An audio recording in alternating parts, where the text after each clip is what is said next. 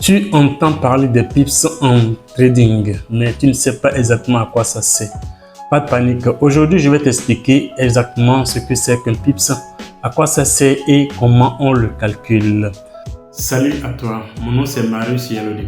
Tu veux apprendre le trading sans prise de tête? Pense à t'abonner à la chaîne. Active la cloche de notification pour ne rien rater. Dans cette 12e leçon, nous allons apprendre sur les pips. Et qu'est-ce que c'est qu'un pips? C'est ce que nous allons voir. Un pip, c'est une unité de mesure utilisée par les traders pour mesurer la variation de prix entre deux devises. On l'utilise pour le Forex et on l'utilise aussi pour les CFD.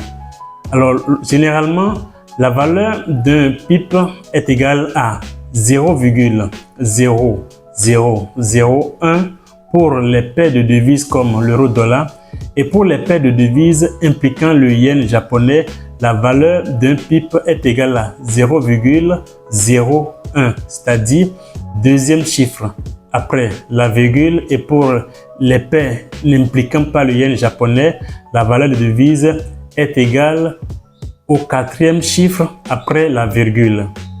À titre illustratif, lorsqu'un trader mise sur l'augmentation de la valeur de l'euro face au dollar et qu'il se positionne sur une valeur de 1.1000 de l'euro-dollar, lorsque la valeur de l'euro-dollar passe de 1.1000 à 1.1009 par exemple, on dira simplement que l'euro-dollar a augmenté d'une valeur de 9 pips. Donc, naturellement, le trader a gagné 9 pips sur cette transaction de l'euro-dollar.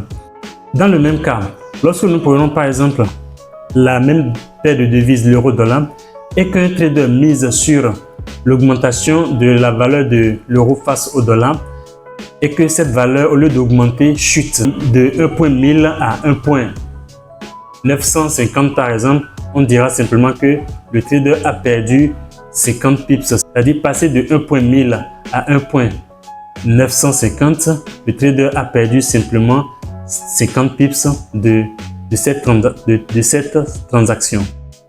À titre illustratif, lorsqu'un trader mise sur l'augmentation de l'euro, de la valeur de l'euro face au dollar, et qu'il se positionne sur la valeur de 1.1000 à un temps t plus 1, lorsque la valeur de l'euro passe de 1.1000 à 1.1009, on dira simplement que le trader a fait une transaction gagnante de 9 pips sur cette devise. Dans le même cas, lorsqu'un trader se positionne par exemple sur la même devise de l'euro-dollar et qu'il se positionne sur la valeur de 1.1010, d'accord, il mise sur l'augmentation de la valeur et que la valeur, au lieu d'augmenter, chute de 1010 à 1000, on dira simplement que le trader a fait une mauvaise transaction ou a perdu 10 pips sur cette transaction.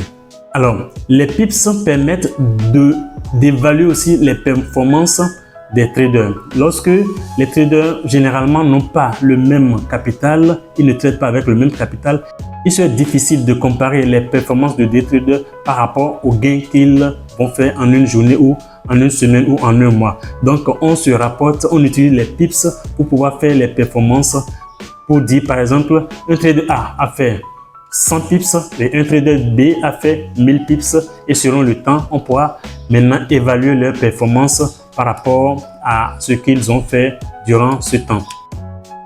Pour les paires de devises impliquant le yen japonais, par exemple, la valeur d'un pips est égale à 0,01.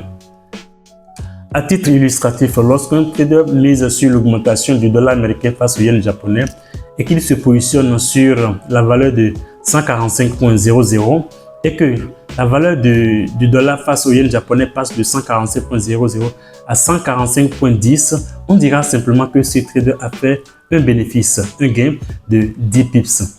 De la même manière, lorsque nous prenons par exemple un trader qui mise sur l'augmentation du dollar américain face au yen japonais et que le dollar américain chute face au yen japonais, c'est-à-dire que le trader se positionne sur la valeur de 146.10 et au lieu d'augmenter, la valeur chute de 146.10 à 146.5.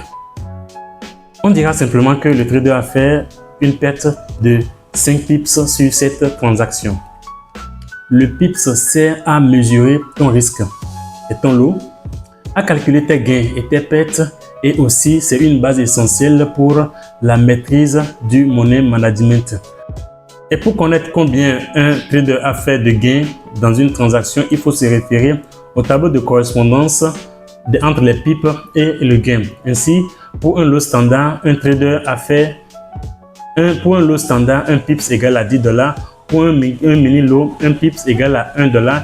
Et pour un micro lot, un pips égale à $0,1. Et pour un nano lot, un pips égale à $0,01.